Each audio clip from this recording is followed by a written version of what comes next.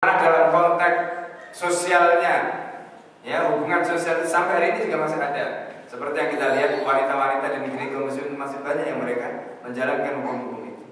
Apalagi sekarang setelah mereka kembali kepada Islam, mereka sudah lebih banyak lagi kesadaran untuk kembali kepada Islam tadi itu. Belum lagi kalau kita lihat, ya, sistem pendidikannya dengan peninggalan-peninggalan yang masih banyak di dunia Islam. Dan itu semuanya menjadi bukti otentik bahwa dulu memang Islam yang ada. Ya. Jadi ini adalah gambaran yang kalau kita lihat secara umum tentang bagaimana qiyādah fiqhiyah ini. Nah, kemudian ada satu poin yang terkait dengan konteks tadi, bagaimana kita yakin bahwa qiyādah fiqhiyah Islam ini adalah qiyādah yang benar dan qiyādah fiqhiyah yang lain itu adalah qiyādah yang salah. Bagaimana cara kita menilai? Maka caranya adalah dengan dikembalikan kepada tolok ukur yang dipakai, ya, untuk mengukur kebenaran masing-masing tadi. Nah, ini adalah contoh bagaimana kita melihat. Jadi kalau kita mengukur kebenaran agama dan ideologi, kita lihat di sini. Jadi kategorisasi agama dan ideologi. Islam itu adalah agama. Islam juga ideologi.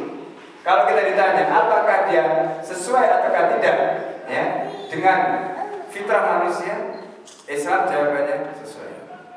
Ya. Kemudian apakah dia dibangun atau tidak dengan akal, Islam jawabannya iya, dia dibangun dengan akal.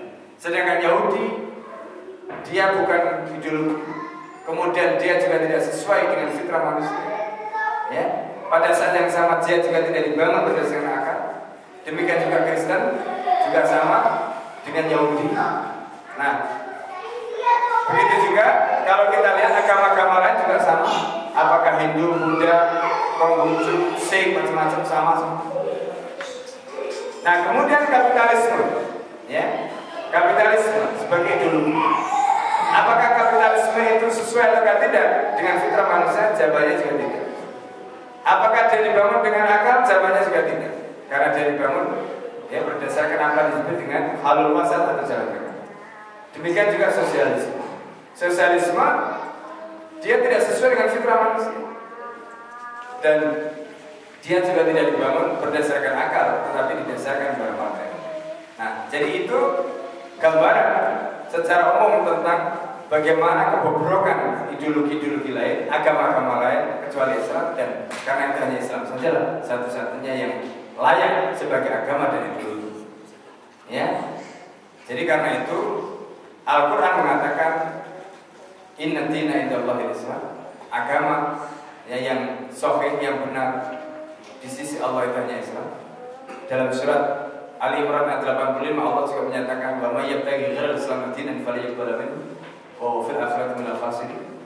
Siapa yang mengambil selain Islam sebagai din yang dimaksud di sini dua pengertian, bisa agama dan bisa ideologi, maka dia tidak pernah, ya, diterima. Kalau dia mengambil selain Islam sebagai ideologi, kapitalisme sebagai ideologi, komunisme atau sosialisme sebagai ideologi, maka dia tidak akan diterima. Demikian juga kalau menjadikan Yahudi, Nasrani sebagai agama, dia juga tidak akan diterima, dan dia nanti di akhirat minal khasirin, ya, termasuk orang-orang ini.